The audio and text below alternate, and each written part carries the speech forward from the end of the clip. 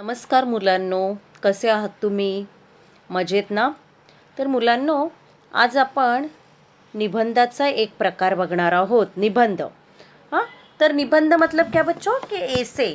तर बघा काय दिलेलं आहे की दिलेल्या विषयावर आपको जो सब्जेक्ट देते, जो विषय देते हैं, उसके ऊपर योग्य व निवडक अशा विचारांची व प्रसंगाची सुसंगत व आकर्षक रीतीने केलेली मांडणी म्हणजे निबंध होय. मतलब आपको जो टॉपिक देते उसके ऊपर सही विचार, सही प्रसंग और आपको वो अच्छे तरीके से प्रेजेंट करने हैं, उनको अरेंज करना है, वो जो थॉट्स है वो, और उसे निबंध कहते हैं.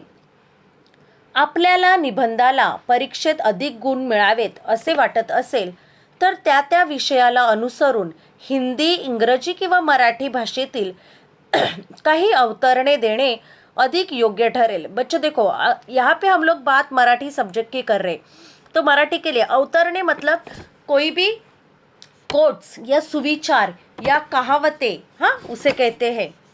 त्यामुळे निबंधाच्या सौंदर्यात भर पड़ते, इसलिए वो निबंध और खुल के या और अच्छा बन जाता है. एखाद्या विषयावर निबंध लिहित असताना त्या निबंधात फार फार तर 2 किंवा 3 सुभाषिते, वचने, अवतरणे असावीत. मतलब अगर आप निबंध लिख रहे तो उसमें 2-3 वचन ऐसे किसी फेमस पर्सनालिटी के शब्द रहते, उनके सेंटेंस रहते, वो डालने का, सुविचार डालने का या कोई कोट्स डालने का. Okay, next. विद्यार्थी मित्रांनो, कृति पत्रिकेतील प्रश्न 5वां. आपको देखो बच्चों का आपका जो 80 मार्क्स का पेपर रहता है उसमें जो लास्ट क्वेश्चन रहता है वो प्रश्न 5वां रहता है. पुढील 3 लेखन प्रकारावर 3 कृती दिल्या जातील. निबंध में आपको 3 टॉपिक देते बच्चों. एक रहता है आत्मकथन, सेकंड है प्रसंग लेखन, थर्ड है वैचारिक लेखन. वरील 3 कृतीपैकी कोणतीही एक कृती सोडवणे अपेक्षित आहे. मतलब तीनों में से कोई भी एक कृती आपको सॉल्व करनी है. प्रथम अपन आत्मकथन और निबंध लेखन प्रकार पाऊया. आज हम लोग कौन सा देखेंगे? आत्मकथन. आत्मकथन मतलब बायोग्राफी या ऑटोबायोग्राफी जैसे हम लोग बोलते. बघा, आत्मकथनाचा विषय विद्यार्थ्यांच्या परिचित अनुभव विश्वातील असे. लक्षात ठेवा. आता कोणत्या गोष्टी लक्षात ठेवायचे? निर्जीव वस्तू, मुके प्राणी किंवा आपल्या परिसरातील सर्वसामान्य व्यक्ती यांची त्यांच्याच मुखातून सांगितलेली त्यांची स्वतःची कहाणी म्हणजे आत्मवृत्त. देखो, निर्जीव मतलब नॉन लिविंग थिंग्स भी हो सकते या लिविंग थिंग्स भी हो सकते, और वो नॉन लिविंग थिंग्स या लिविंग थिंग्स अपने मुंह से अपनी जो कहानी है, अपनी जो गोष्ट है वो कहते, उसे आत्मवृत्त कहते. या निबंधात सजीव निर्जीव वस्तू स्वतःच बोलत आहेत अशी कल्पना करून निबंध लेखन करावे. म्हणजे सजीव आणि निर्जीव वस्तूंच्या जागी स्वतःला मानून त्यांच्या भावभावनांचे वर्णन. देखो, जो घटक का आत्मकथन आपको करना है, आपको समझना है कि आप वो घटक हो, वो आपको वो सजीव या निर्जीव वस्तु आप खुद हो ऐसा महसूस करके उससे रिलेटेड जो भाव भावना है उसका वर्णन आपको करना है. मी या प्रथम पुरुषी एकवचनी भाषेत निबंध. मी मतलब आप खुद वो हो ऐसा समझ के आपको लिखना है. आत्मवृत्त किंवा आत्मकथन में देखो कैसे टॉपिक आते हैं. मी फळा बोलतोय. फळा मतलब ब्लैक बोर्ड. फुलाचे आत्मवृत्त, फूल मतलब फ्लावर के आत्मवृत्त. यहाँ पे देखो आपको खुद फला बनना है. अगर आप फूल के लिख रहे हो तो आपको खुद फूल बनना है कि मैं एक फूल हूँ ऐसा. मी शेतकरी बोलते तो यहाँ पे आप शेतकरी बन जाओगे. नदी से आत्मवृत्त, नदी मतलब रिवर, तो यहाँ पे आप खुद नदी बन जाते हो और आप नदी बन के नदी के जो फीलिंग्स है, उसके भावना है, उसके जो विचार है वो आप खुद एक्सप्रेस करते हो. तो आज हम लोग देखेंगे एक एग्जाम्पल, मी वृक्ष बोलतोय. ओके, देखो बच्चों, और ये जो ऐसे है, ये पूरा ऐसे आपको वीडियो देखने के बाद आपके नोटबुक पे लिखना है और आपको जो होमवर्क दिया है वो भी करना है. होय होय, मी एक वृक्ष बोलतोय. मुलांनो, किती दगड मारताय रे माझ्यावर. खूप खूप वेदना होतात रे मला.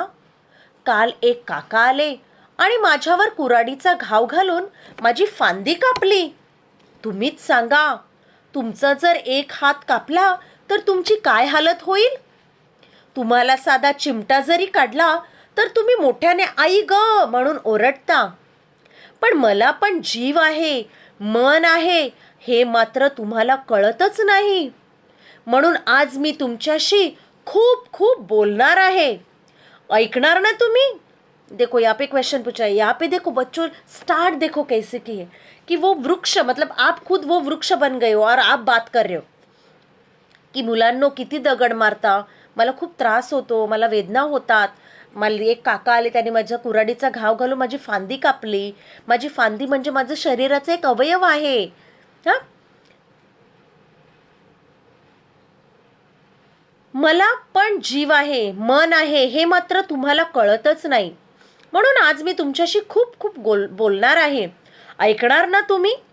कारण तुम्हीच उद्याच्या जगाचे शिल्पकार आहात. मी तुम्हाला माझे महत्त्व पटवून देणार आहे. देखो पेड़ कह रहा है कि सॉरी, आप कल का मतलब आने वाले कल का भविष्य हो, आपके हाथ में ये पूरी दुनिया रहेगी भविष्य में. तो इसलिए पेड़ का जो महत्व है वो समझना आपको ज़रूरी है बहुत. आणखीन पुढे बघा काय म्हणते झाड. मुलांनो, केवळ परोपकार करणे हाच आमचा धर्म आहे. परोपकार मतलब दूसरों के ऊपर एहसान करना, उपकार करणे. आमच्यापासून तुम्हाला मधुर, देखो यहाँ पे बच्चा आपको पूरे उसके फायदे, पेड़ के महत्व लिखने हैं. आमच्यापासून तुम्हाला मधुर फळे, मधुर मतलब गोड, फुले मिळतात. निसर्गाचे सौंदर्य आमच्यामुळे वाढते. नेचर की ब्यूटी पेड़ों से बढ़ती है. आमच्या फुलांचा पानांचा उपयोग सजावटीसाठी होतो. फूल का, पत्तों का डेकोरेशन के लिए इस्तेमाल करते हैं. फर्निचर, कागद, साधने, शस्त्रे व इमारती बांधण्यासाठी आमच्या लाकडाचा उपयोग होतो. देखो कहाँ कहाँ पे लकड़ी इस्तेमाल की जाती है. आम्ही हवा शुद्ध व ताजी ठेवतो. हवा शुद्ध आणि ताजी ठेवतो. वातावरण थंड राहते. आमच्यापासून विविध आजारावर औषधे तयार केली जातात. आयुर्वेदात तर आम्हाला खूपच महत्त्व आहे. माझा सारा देहच माणसाच्या उपयोगासाठी आहे. बघा काय सांगितलं, देह मतलब शरीर, मेरा पूरा शरीर इंसानों के यूजफुल या इंसानों के लिए यूजफुल है. संतांसारखे आम्ही देखील जगाच्या कल्याणासाठी ऊन, वारा, पाऊस यांचा मारा सहन करतो. आमच्यामुळे जमिनीची धूप थांबते. सॉइल इरोजन जिसे हम बोलते हैं बच्चों, पाऊस पडतो, बारिश होती है, त्यामुळेच तर शेतकरी धान्य पिकवतो. तुम्हाला खायला प्यायला मिळते. असे कितीतरी माझे उपयोग तुम्ही करता, पण तुम्ही मात्र हे सारं विसरून जाता, पूरा भूल जाते हो. आगे देखो, आम्ही तुम्हाला जीवनावश्यक ऑक्सिजन देतो. ऑक्सिजन मतलब प्राणवायू बच्चो. ऑक्सिजन जर आम्ही निर्माण केला नाही तर तुम्ही श्वास कसे घ्याल. हे सत्य असून देखील तुम्ही वृक्ष तोड करता. देखो बच्चों, पहले उन्होंने पेड़ ने फायदे कहे, अभी देखो कैसे हम बिहेव करते ना पेड़ के साथ. वणवे पेटवता. वणवे मतलब फॉरेस्ट फायर. त्यामुळे हजारो छोटे मोठे प्राणी पक्षी मारले जातात. आमच्यावर प्रेम करणाऱ्या संतांनी आम्हाला मानाचे स्थान दिले आहे. आमच्याशी नाते सांगताना संत तुकाराम महाराज सांगतात. देखो यहाँ पे अभी अवतरण आया है, कोट्स आया है. वृक्षवल्ली आम्हा सोयरी वनचरी. पण तुम्हा मानवाला या सगळ्या गोष्टींचे विस्मरण झाले. संत तुकाराम महाराज क्या कहते कि जो वृक्ष है, वल्ली है, जो वेल है, लता है, वो हमें हमारे लिए हमारे जो क्या रिश्तेदार की तरह है वो हमें. आतापर्यंत तुम्ही मोठ्या प्रमाणात वृक्षतोड करून सिमेंट कॉन्क्रीटचे जंगल निर्माण केले. माझ्या अंगाखांद्यावर पशु पक्षी खेळतात. कितीतरी पक्षी माझ्या फांद्यांवर घरटी बांधतात. ते पाहून मला खूप आनंद होतो. पण तुम्ही त्यांची घरे तोडून आपली घरे बांधता. देखो बच्चों कि इंसान पेड़ पौधों को काट के वहाँ पे बिल्डिंग बांध रहा है. हम लोग जानवरों के जो पक्षी हैं उनके घर बर्बाद कर रहे और अपना खुद का घर बांध रहे. आदिवासी गावातील गरीब लोकांना माझ्यापासून उदरनिर्वाहाचे साधन मिलते। जो आदिवासी लोग रहते, जो जंगल में लोग रहते, वो जो पेड़ों के ऊपर जो अलग अलग चीजें आती है वो बेच के उसके ऊपर वो जिंदा रहते, उनका उदरनिर्वाह चलता आहे। ते जंगलातून फळे फुले रानमेवा आणून विकतात। जो आमच्यावर कुऱ्हाडीचा घाव घालतो व जो आम्हाला, त्या दोघांनाही आम्ही सारखीच सावली देतो, आम्हाला लावतो। आमच्यासाठी सर्व पशु पक्षी तुम्ही मानव सारखेच आहात। तेव्हा तुम्ही पण सारे भेदभाव विसरून एकत्र या आणि पर्यावरणाचा नाश थांबवा। वेळ अजूनही गेली नाही। आतापर्यंत खूप झाडे तोडली आहेत, चूक सुधरा, नाहीतर अशीच वृक्षतोड होत राहिली तर त्याचं वाईट परिणाम भोगावे लागतील। तुम्हाला ऑक्सिजनसाठी पाठीवर ऑक्सिजनचा सिलेंडर घेऊन फिरावे लागेल। तसेच पुढची पिढी पाणी व ऑक्सिजनसाठी एकमेकांचा जीव घेईल। देखो बच्चों, कितना सुंदर तरीके से लिखा है।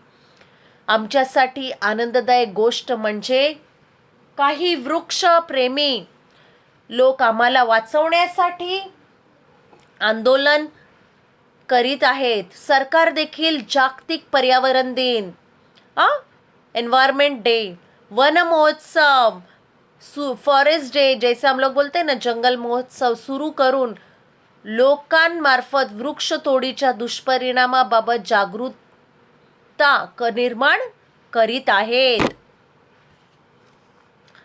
घराच्या परिसरात, शाळा, महाविद्यालये या ठिकाणी रोपांची लागवड करून वन महोत्सव साजरा केला जातो।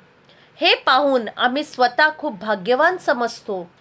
वृक्ष तुमच्यासारखे सजीवच आहेत, त्यांचे संगोपन करा, काळजी घ्या। मग बाळांनो, ऐकणार ना माझे मनोगत? प्रत्येकाने वृक्ष लावा। देखो बच्चों, यहाँ पे आपको लास्ट में मैसेज देना है। त्यांचे संवर्धन करा, प्रिझर्व करा। वाढदिवसात, लग्नात व एखाद्या कार्यक्रमात इतर भेटवस्तू देण्याऐवजी आमचे छोटेसे रोपटे भेट म्हणून द्या। निसर्ग खूप शक्तिशाली आहे, सहनशील आहे, पण या सहनशीलतेचा अंत होईल असे वागू नका। आम्हाला वाचवा। आम्ही नष्ट झालो तर आमच्याबरोबर तुम्हीही नष्ट व्हाल। तेव्हा सावध रहा, वृक्षतोड थांबवा, झाडे लावा, झाडे जगवा। बच्चों, आपको ये ऐसे समझ में आया होगा। ये ऐसे आपको नोटबुक में लिखना है। Thank you.